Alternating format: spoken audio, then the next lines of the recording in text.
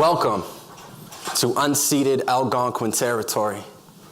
And for those who don't know what that means, I'm here to help explain a little bit about that story. Canada was declared a country in 1867. And First Nations people were here way before the war that took place the year after 1811. For more than 10,000 years, First Nations people occupied this land. And why residential schools try to kill the Indian and the child is something that we will never understand. They tried to kill us. They tried to get rid of us. And what took place was a cultural genocide. So there's a reason why First Nations people have some of the highest rates in the world of youth suicide. I mean, Canada itself is an Algonquin word for Canada, which means home.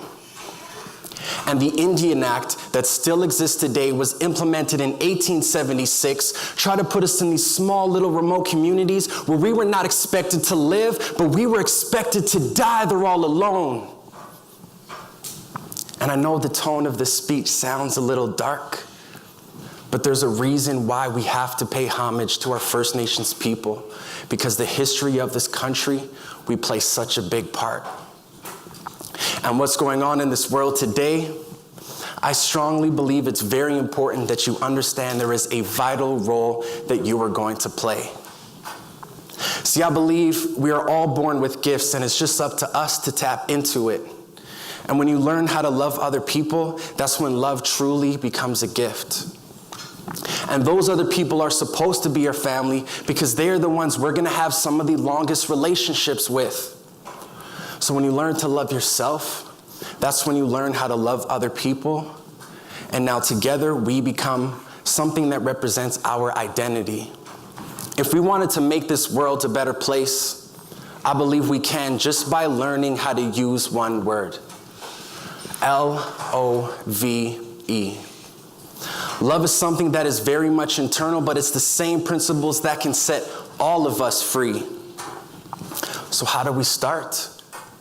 Well, we start by learning how to love the very person that you are.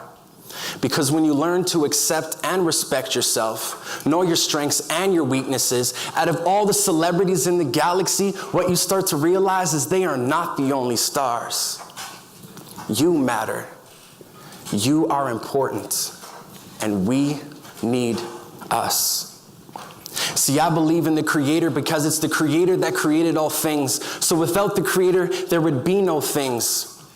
We are spiritual beings having a physical experience. And when you come to understand that, life starts to feel like that favorite song you love to sing. And when you learn to love yourself, you realize that you are part of a family. And unfortunately, there are too many people that are born into a situation that grow up asking the question, why did my family abandon me? Then they start to tell themselves that them as an individual no longer deserve to be loved because their parents didn't love them either. And when we stop loving ourselves, that becomes way more dangerous than the worst case scenario of swine flu fever. Because when we learn to love ourselves, that's when we fully learn how to love other people, and now love becomes a gift. And those other people are supposed to be our family because they are the ones we're going to have some of the longest relationships with.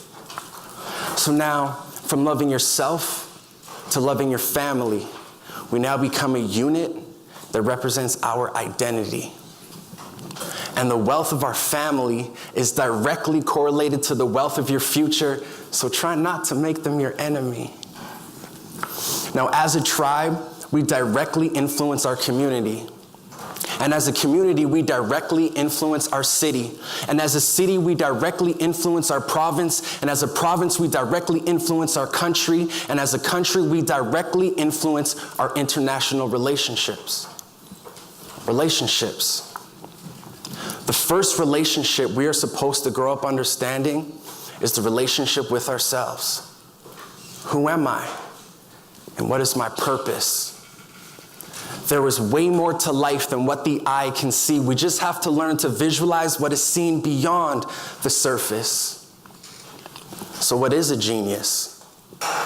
Everything in life is made out of energy. So I believe a genius is somebody that vibrates at a higher frequency than most people do. So that means when I'm in my zone, I'm technically vibrating at a higher frequency than you are. But when you're in your zone, you're technically vibrating at a higher frequency than I am. Therefore, every single one of you in here has a genius within you. So I believe we are all born with gifts, and it's just up to us to tap into it. I believe we are all born with a genius, and if we knew what it was before we went to college or university, we may graduate already being successful and have everybody else asking the question, wow, how did they do it? Because when you learn to love yourself, that's when you realize, hey, I'm kind of cool. And you being that cool person that you are has gifts, and unfortunately, that is something you may never learn in school. And if we really want to make this world a better place, we have to make our countries a better place.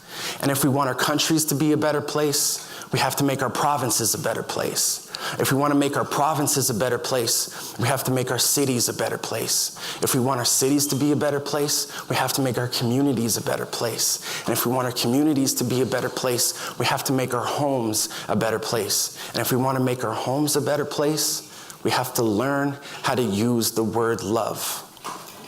And that's when the universe starts to open doors. Because the only true way I believe we can change this world is when you change yours. Believe in yourself, believe in gifts. Believe that you are talented and you will see how the world shifts. We are all born with a genius, and we just have to nurture our gifts.